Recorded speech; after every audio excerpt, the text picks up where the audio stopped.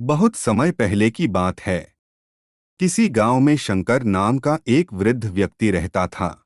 उसकी उम्र 80 साल से भी ऊपर थी, पर वो 40 साल के व्यक्ति से भी स्वस्थ लगता था।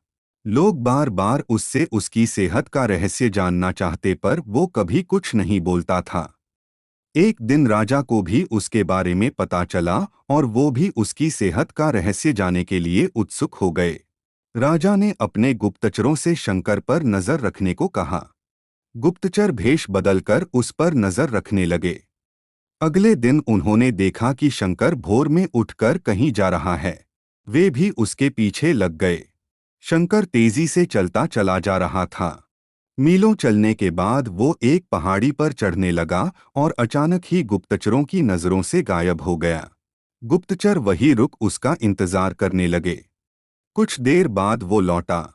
उसने मुट्ठी में कुछ छोटे छोटे फल पकड़ रखे थे और उन्हें खाता हुआ चला जा रहा था।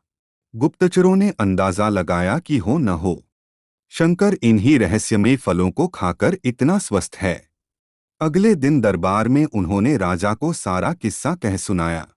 राजा ने उस पहाड़ी पर जाकर उन फलों का पता लगाने का आदेश दिया, पर बहुत खोजबीन करने के बाद भी कोई ऐसा असाधारण फल वहां नहीं दिखा। अंततः थक-हार कर राजा शंकर को दरबार में हाजिर करने का हुक्म दिया। राजा ने कहा, शंकर, इस उम्र में भी तुम्हारी इतनी अच्छी सेहत देखकर हम प्रसन्न हैं। बताओ, तुम्हारी सेहत का रहस्य क्या है?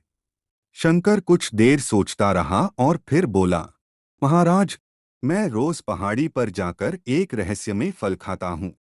वही मेरी सेहत का रहस्य है। ठीक है, चलो हमें भी वहां ले चलो और दिखाओ वो कौन सा फल है। सभी लोग पहाड़ी की ओर चल दिए। वहां पहुंचकर शंकर उन्हें एक बेर के पेड़ के पास ले गया और उसके फलों को दिखाते हुए बोला, हुजूर, यही वो फल है जिसे मैं रोज खाता हूँ। राजा क्रोधित होते हुए बोले, तुम हमें मूर्ख समझते हो। यह फल हर रोज हजारों लोग खाते हैं, पर सभी तुम्हारी तरह सेहतमंद क्यों नहीं हैं? शंकर विनम्रता से बोला, महाराज, हर रोज हजारों लोग जो फल खाते हैं वो बेर का फल होता है, पर मैं जो फल खाता हूँ वो सिर्फ बेर का फल नहीं होता, वो मेरी मेहनत का फल होता है। इसे खाने के लिए मैं रोज सुबह 10 मील पैदल चलता हूँ, जिससे मेरे शरीर की अच्छी वर्जिश हो जाती है और सुबह की स्वच्छ हवा मेरे लिए जड़ी बूटियों का काम करती है। बस यही मेरी सेहत का रहस्य है। राजा शंकर की बात समझ चुके थे। उन्होंने शंकर को स्वर्ण मुद्राएं देते हुए सम्मानित किया और अपनी प्रजा को भी शारीरिक श्रम करने की नसीहत दी। मित्रों, आज टेक्नोलॉजी ने हमारी जिंदगी बिल्कुल आसान बना दी है।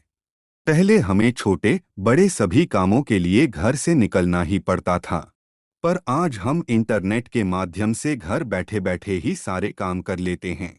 ऐसे में जो थोड़ा बहुत फिजिकल एक्टिविटी के मौके होते थे वो भी खत्म होते जा रहे हैं और इसका असर हमारी सेहत पर भी साफ देखा जा सकता है। WHO के मुताबिक आज दुनिया में 20 साल से ऊपर के 35% लोग ओवरवेट हैं और 11% ओबीस हैं।